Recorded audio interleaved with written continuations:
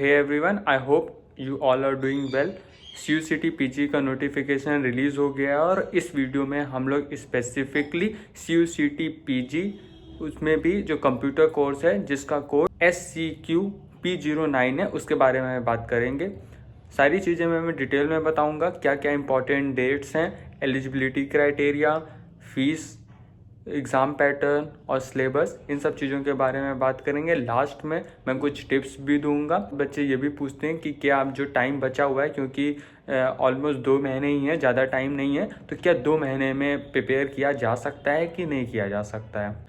आगे बढ़ने से पहले चैनल को सब्सक्राइब कर लो, क्योंकि मैं इसी तरह की कॉलेज रिलेटेड और प्लेसमेंट रिलेटेड वीडियोस बनाता हूं जो कि काफ़ी हेल्पफुल होंगी।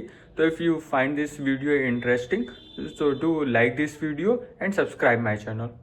तो वीडियो को शुरू करते हैं। इस वीडियो में मैं जो भी चीज़ें बताऊंगा उसका सोर्स ऑफिशियल वेबसाइट है जिसका लिंक डिस्क्रिप्शन में मिल जाएगा, और इन्फॉर्मेशन ब्राउचर है उसका लिंक भी मैं डिस्क्रिप्शन में दे दूंगा। पर वो 74 पेजेस का है, पर उसमें से जितनी भी इंपॉर्टेंट चीज़ें हैं वो सारी मैं आगे इस वीडियो में डिस्कस कर लूँगा, बट फिर भी मैं उसका लिंक दे दूंगा।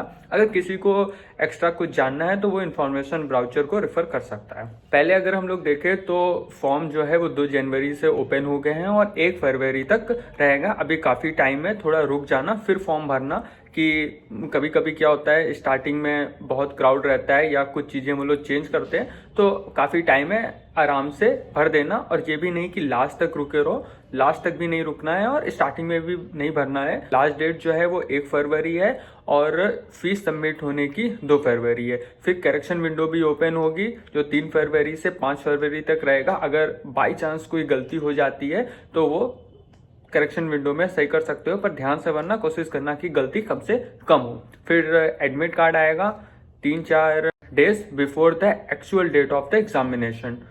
फिर डेट ऑफ एग्जामिनेशन जो है 13 मार्च से एग्जाम है और 31 मार्च तक है। ठीक है, इतने दिन तक चलेगा और रोज 2-3 शिफ्ट्स में पेपर होंगे। किसी भी दिन जिस दिन MCA का या भी जो भी कंप्यूटर रिलेटेड है उस दिन होगा वो बता दिया जाएगा। फिर आंसर की आएंगी और ड्यूरेशन है जो एग्ज़ाम का वो 90 मिनट्स का होगा। फीस की बात करें तो जो जनरल कैटेगरी में है उनको 1400 पे करना है और इसमें वो लोग 2 पेपर को सेलेक्ट कर सकते हैं। ठीक है, अगर कुछ बच्चे ऐसे होते हैं जो 2 से ज़्यादा सेलेक्ट करते हैं तो उनको फिर पर पेपर 700 रुपीज़ देना पड़ेगा।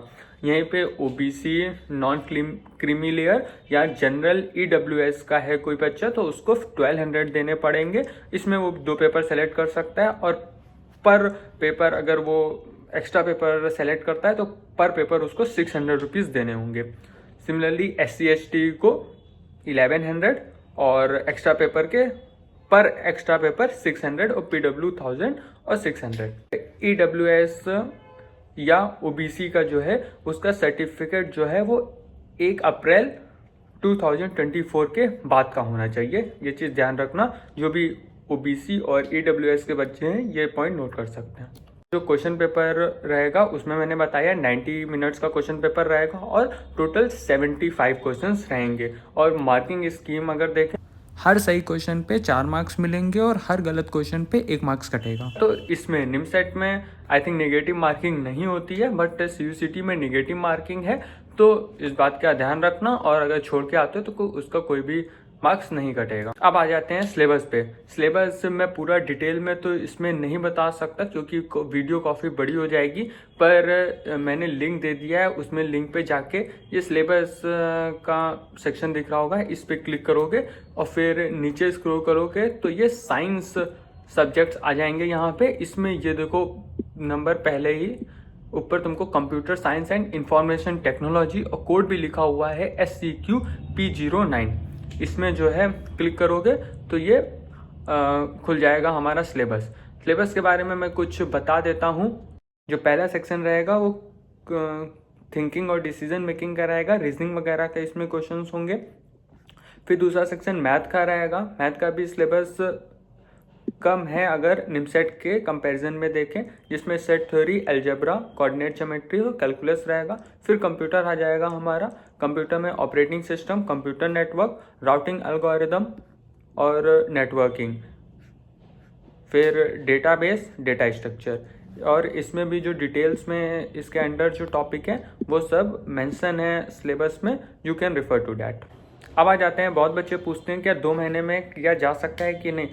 तो भाई देखो, ये चीज़ ऐसा तो है नहीं कि अभी पता चल गया है कि सीटी का पेपर है और पहले से पता था, बट जो हो गया सो हो गया।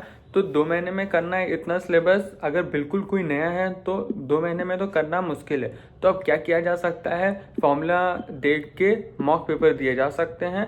तो बहुत सारे ऑनलाइन भी मॉक टेस्ट अवेलेबल रहते हैं, या टेस्ट सीरीज ले सकते हो। मैंने अपने टाइम पे इम्पिटस की ली थी, तो वो अच्छी रहती है, you can refer to that also.